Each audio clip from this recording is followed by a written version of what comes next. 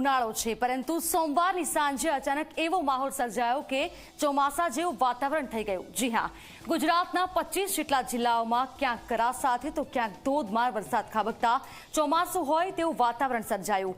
અમદાવાદ સહિત શહેરોમાં ધૂળની ડમરીઓ ઉડી અને બાદમાં વરસાદ પણ પડ્યો। જોકે ચિંતાની વાત તો એ છે કે આ વરસાદથી ઉનાળુ પાકને મોટું નુકસાન થવાની શક્યતા છે। જુઓ આ રિપોર્ટ।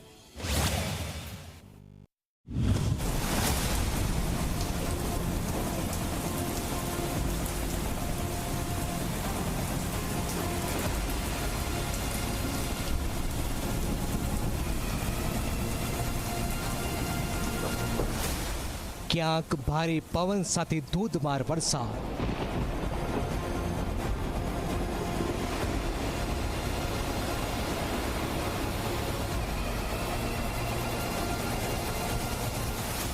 તો ક્યાંક આકાશમાંથી થયો કરાનો વરસાદ।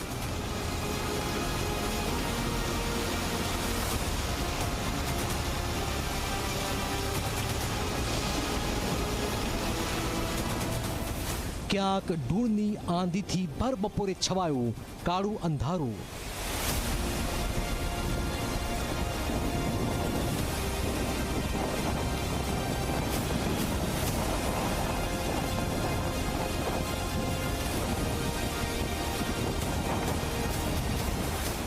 તો ક્યાંક વરસાદથી થયું મકાનોનું નુકસાન।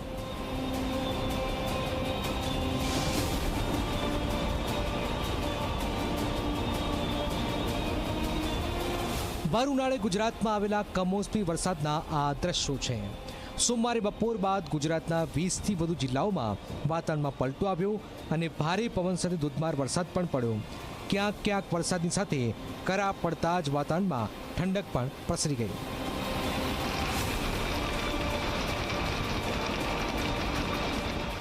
ભારે વરસાદની આગાહી અને વાવાઝોડાને લઈને અત્યારે હાલ જે સાબરકાંઠાના ખેડબ્રહ્મા, ઈડર ઉપરાંત હિંમતનગર આસપાસ વિસ્તારમાં ભારે વાવાઝોડું ફૂંકાયું છે। તો ખેડબ્રહ્મા અને જે પોચીના ઉપરાંત ઈડર વિસ્તારમાં કરા સાથે વરસાદ પડે છે। અત્યારે હાલ આપ દ્રશ્યોમાં જોઈ શકો છો, હિંમતનગરમાં ભારે વાવાઝોડું ચાલી રહ્યું છે।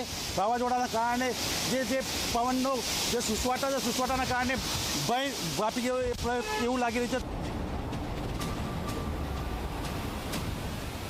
અમરેલી જિલ્લાના કમોસમી વરસાદની સાથે સાથે પવનના આ દ્રશ્યો જુઓ। અમરેલી જિલ્લાના વરસડા ગામમાં મિની વાવાઝોડું કેટલું ભયાનક છે તેના આ દ્રશ્યો સાક્ષી છે।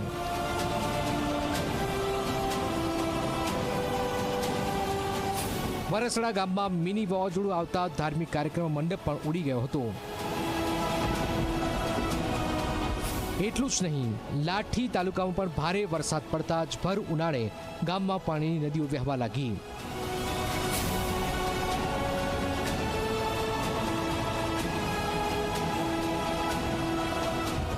અમદાવાદના વાતાવરણમાં પણ એકાએક પલટો આવ્યો। ભર ઉનાળે ચોમાસા હોય તેવું વાતાવરણ સર્જાયું। અડાલજ મહેસાણા હાઈવે પર જોરદાર પવન ફૂંકાયો તો અન્ય વિસ્તારમાં ઘનઘોર વાદળો છવાયા હતા। તો કેટલાક વિસ્તારોમાં ધૂળની ડમરીઓ પણ ઉડી। ભારે પવનના કારણે શહેરમાં વિવિધ જગ્યાએ આવેલા હોર્ડિંગ્સ પણ ફાટી ગયા। અનેક જગ્યાએ પતરા પણ નીચે પડ્યા। આ બાદ શહેરના અલગ અલગ વિસ્તારમાં ભારે પવન સાથે વરસાદ શરૂ થયો। શહેરના વસ્ત્રાપુર, નારણપુરા, ઘાટલોડિયા, વાડજ, શાહીબાગ સહિત વિસ્તારમાં હળવો વરસાદ પણ પડ્યો હતો।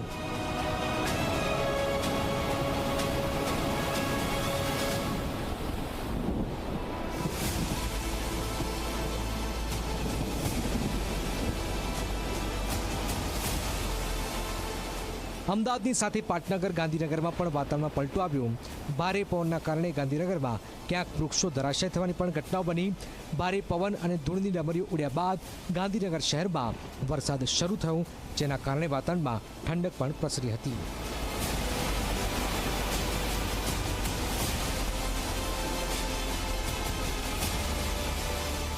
વલસાડ જિલ્લાના કપરાડા તાલુકા તેમજ ધરમપુર તાલુકાના અંતરિયાળ વિસ્તારોમાં કરા સાથે વરસાદ પડ્યો તેમજ ભારે પવન પણ ફૂંકાયો, જે લઈને ગિરનારા તેમજ હુડા ગામમાં લોકોના ઘરોના પતરા પણ ઉડ્યા હતા। તેમજ આશ્રમ શાળામાં પણ ભારે નુકસાન સર્જાયું। બપોરે આવેલા પવન સાથે વરસાદે કપરાડા તાલુકાના કેટલાક ગામોમાં ભારે નુકસાન સર્જ્યું છે।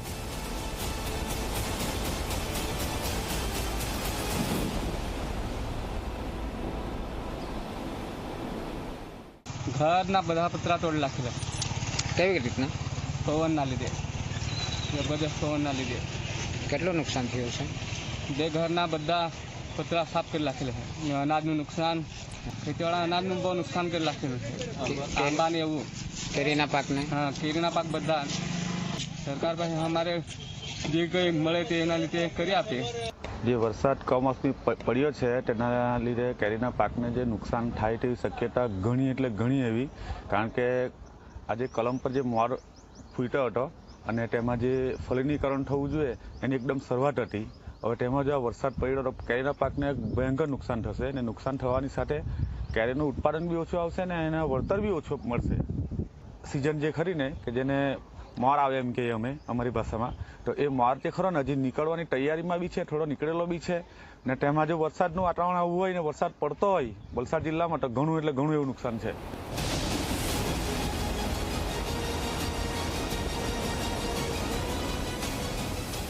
ગુજરાતમાં કમોસમી વરસાદના કારણે અનેક ઉનાળુ પાકોને નુકસાન પહોંચ્યું છે. કેરી સહિતના પાકો પકવતા ખેડૂતો માટે આ અણધારી આફત છે, કેમ કે કમોસમી વરસાદના કારણે પાકોમાં જીવાત અને બગાડવાના કારણે મોટું નુકસાનની પણ ભીતિ સેવાઈ રહી છે. સૌથી વધારે કેરીને નુકસાન થશે. હવામાનના કારણે કેરીના ઝાડ પરથી કાચી કેરી ઉતરવાની તેમની નોબત આવી છે. આ વખતે અંદાજિત 50% જેટલા કેરીના ઝાડમાં કેરી નથી આવી, તો બીજી બાજુ હવામાન વિભાગની વરસાદની આગાહીના કારણે ખેડૂતો પણ ચિંતિત થયા છે.